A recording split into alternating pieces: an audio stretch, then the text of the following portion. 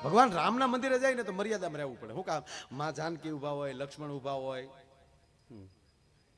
ગદા લઈને હનુમાન બેઠા, આડાવાળા છે ગોટો વાળી દે. એક જણો તો હનુમાન દાદાને દેરીએ જઈને બાપુ કીધું કે હે હનુમાન દાદા, મારા પત્ની ખોવાઈ ગયા છે તો ગોતી ગયો. એ કે કોઈ હરણ કરી ગયો? કે ના ના, તક તો નો, એ ડિપાર્ટમેન્ટ અલગ છે ભાઈ. એક જણો તો ઘાય ઘા પોલીસ સ્ટેશન ગયો, એ સાહેબ મને બસાવો. એની પત્ની ખુલ્લી સરી લઈને આવે, ઉપાડી લો. એ સાહેબ બોલી હાલી હવે મારી લાગશે, ખેંચી લાવ. એ સાહેબ જો આવી જઈ, આવી જઈ કે તો પીએસઆઈ મીડિયા રોવા કે તમે કોકને ફરિયાદ તો કરી શકો, અમારે ક્યાં જવું કે. પછી સાહેબે અટકાવી દીધા ને ઓલા બેન ને પકડી લીધા, લેડીઝ પોલીસ હતા, એને કે બેન એ બધાય નહીં. અને પછી બધાને બેસાડી દીધા. પછી એને પૂછ્યું સાહેબે કે તારી પાછળ આ હું કામ થઈ? એ મને હૈયા જ નથી હું થયું. એને પૂછો એટલે એને પૂછ્યું કે બેન શું થયું તમને, શું આને એવું કર્યું તો તમે એને શરીર લઈને મારવા ઉભા થયા? એ કે મારે એને મારવા થોડા હોય, મારા પતિદેવ છે, હા મારું દૂધલું છે, હા કે પણ તો સરી હું કામ મારો? સદી નથી મારતી, તપાસ કરું. કે હેની તપાસ? ये गीत गाता था, और इस दिल में क्या रखा है तेरा ही नाम छुपा. तो मारे वांचવું તું કોનું નામ છુપાવ્યું છે? નો ભાવે નો ગાતા.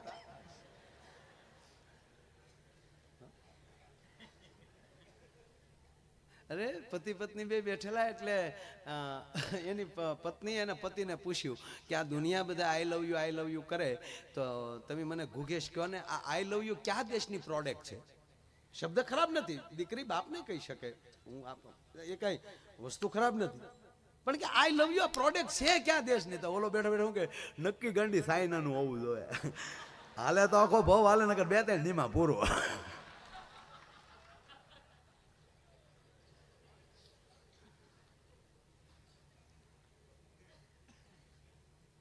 અરે હું મારી સ્કૂલે ગયો ને ત્યાં અમારે 5મા ધોરણની દીકરી એ મારા ઓફિસમાં આવી, મને કે અંકલ તમને ટીવીમાં જોઉં છું, મારા પપ્પાએ તમને યાદ આપ્યું. સારું બેટા. મને કે મેં સાંભળ્યું છે તમે બધું બહાર ફરો ને તમને જ્યોતિ છે આવડે? એટલે મેં કીધું દીકરીને ક્યાં ના પાડી? મેં કીધું આવડે ને બેટા. તો જોજે અંકલ હું મોટી થઈને શું બનીશ. મેં કીધું તું બેટા મોટી થઈને ડોશી બનીશ. ખોટું છે જ્યોતિષ મારું? આવો આવો, આવડે છે આપણને. હા,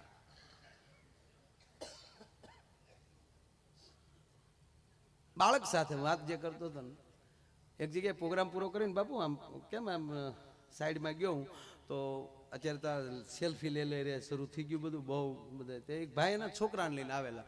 મને કે માયાભાઈ જ્યારથી તમારા બોર્ડ લાગ્યા ને તેદુનો છોકરો એમ કહેતો હતો કે મારે માયા અંકલને મળવું છે, એટલે ખાસ તમને મળવા આવ્યો આજ. નહીંતર તો એ સૂઈ જાય વહેલા, કોઈ દી જાગે નહીં, પણ આજ સ્પેશિયલ તમારા પ્રોગ્રામ માટે છોકરો જાગ્યો છે.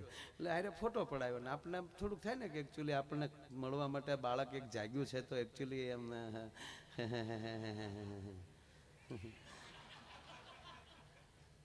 એટલે જો આમાં ખરેખર હું અંકલ મને પાછું કીધું કેમ છો અંકલ, નમસ્તે. નમસ્તે બેટા. અંકલ તો હતો જ હું, પણ આપણે મૂંગા મરીએ ને તો અંકલ જ રહીએ. આપણે ને આપણે આપણા માધ્યમ ઘટાડતા હોય. અરે માયાભાઈ તમને બહુ આ છોકરો સાંભળે છે. મેં કીધું બહુ સરસ બેટા, સારું હો બેટા. મને કે હા અંકલ ખરેખર મજા આવે છે. હું વળી દોઢો છો. પછી મેં વળી એને ગાલે ટાપલી મારી, બરાબર છે બેટા, સ્કૂલે જાઓ છો? ફર્યો. મને કે અહીંયા આનંદ કરવા આવ્યા છીએ. આવું તો રોજ ઘરના કહેતા હોય સ્કૂલે જાવું સ્કૂલે જાવું. અને તમે ગયા છો? તમે કેટલું ભણ્યા ને અમને બધી ખબર છે માયાભાઈ. હું ભાઈ આવ્યો ગપ થઈને, અમને બધી ખબર છે. તમે અરે મેં કીધું હોય બેટા. અરે મને કે બધી ખબર છે અમને, અને બહુ હોશિયાર હોવ તો હું પ્રશ્ન પૂછો ને જવાબ આપો. અને ખરેખર આ તાજી બુદ્ધિ અરે ચર્ચા કરાય જ નહીં, નવું ડાઉનલોડ કરીને જ આવે દીવડાય. હા, બાળકને મોબાઈલ પકડતા આવડી જાય, ડોહા લોક ખોલતા થઈ જાય. હા, અને તમને બીજું કહું, આ ભાગવત કથામાં બેઠા છો મંડપમાં, પગે લાગીને કહું, એક પ્રાર્થના કરીને કહું મારા યુવાનોને, આપણે તળાજા તાલુકા જેવું કોઈ બીજું સહેજ નહીં, સારું જ છે. હું આ તાલુકાનો છું, કારણ કે તમે મારા પાયાના પથ્થર છો. હું જેટલો મોટો બનું હું તળાજા તાલુકા ન ભૂલું, કારણ કે પેલા તળાજા તાલુકા મને વખાણ્યો છે ભાવનગર સુધી પગ્યો. ભાવનગરે મારા વખાણ કર્યા છે તો હું મુંબઈ ગયો છું, મુંબઈએ વખાણ કર્યા છે તો હું પરદેશમાં ગયો છું. હું કાલો ખેલો હોઈશ ત્યારે તમે સાંભળ્યો હશે, એટલે હું કોઈ વખાણ નહીં, પણ ખરેખર તમને વંદન કરું છું. પણ આનું ધ્યાન રાખજો. એક તમારા ભાઈ તરીકે કહો તો ભાઈ તરીકે વડીલો બેઠા છે એ, એટલે વડીલોની વાત નથી, આ યુવાનોને માટે ખાસ કહું છું. આનું ધ્યાન રાખજો. બરોબર, ઉપયોગ કરી શકો તો આના જેવું એક પણ નથી અત્યારે. તમે દુનિયાની જાણકારી લઈ શકો. અરે છોડો સાહેબ, દુનિયાનું શાસ્ત્ર તમે વાંચી શકો. અને એક એવી પ્રાર્થના કરજો, એક તમારા દીકરા તરીકે, એક ભાઈ તરીકે પગે લાગે નવા વર્ષમાં કહું કે ભારતને શોભે ને એવું આમાં ડાઉનલોડ કરજો. તમને પગે લાગે નહીં, કારણ કે મોટી મોટી અસર બહુ ખરાબ થશે. અને એ જ બરબરિયું જેથી તમારી સામું તમારું છોકરું કરશે ને તેથી એમ કહેશો કે આ મેં ન કર્યો તો સારું હતું.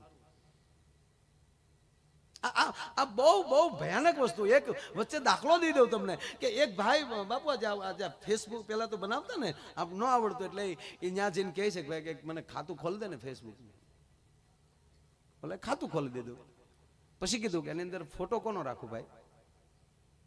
વડીલ હતા, મોટી ઉંમરના હતા, બાપ સમાન હતા.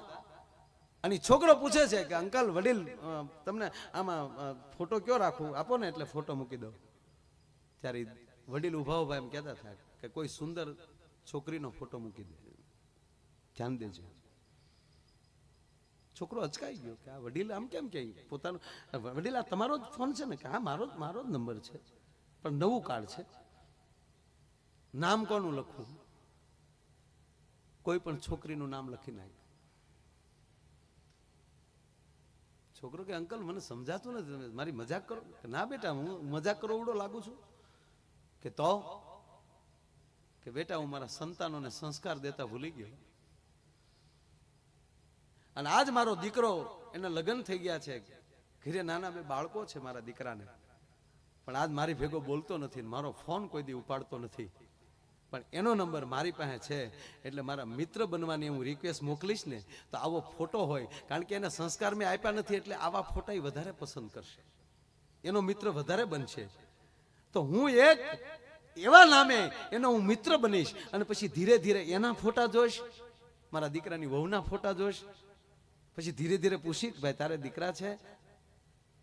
તો હા પાડશે તો એમ કહેશે કે તો હું એમ કહીશ કે એના ફોટા મૂક. તો ઈ બાને મેં મારી જિંદગીમાં કોઈ દી મારા દીકરા જોયા નથી, તો ઈ બાને જો મારા દીકરાના ફોટા જોવાઈ જાય ને તો મારો આળખો હધરી જાય. માટે મારે આવું ખાતું ખોલાવવું છે.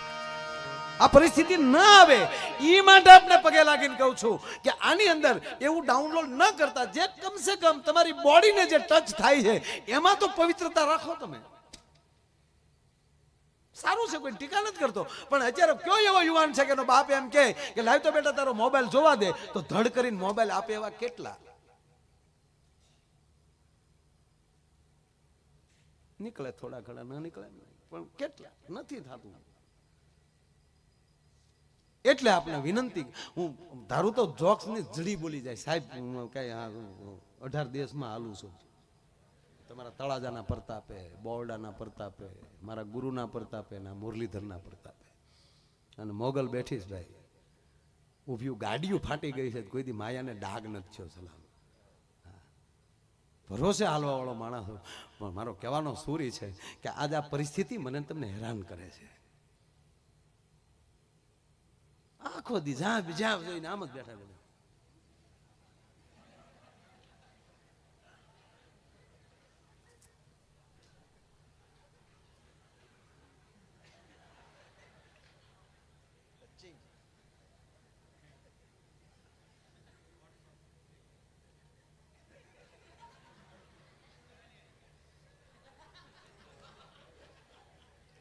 આવું ન થતે ત્યાં હાથ મૂકો. આમ ન કરી બેઠા બેઠા. આમાં બાપુજી ફોન માગે, બેટા લાય તો ફોન. તો પપ્પા લોક ખોલ દો. લોક ન ખોલતો, અમુક વસ્તુને ઉડાડતો હોય.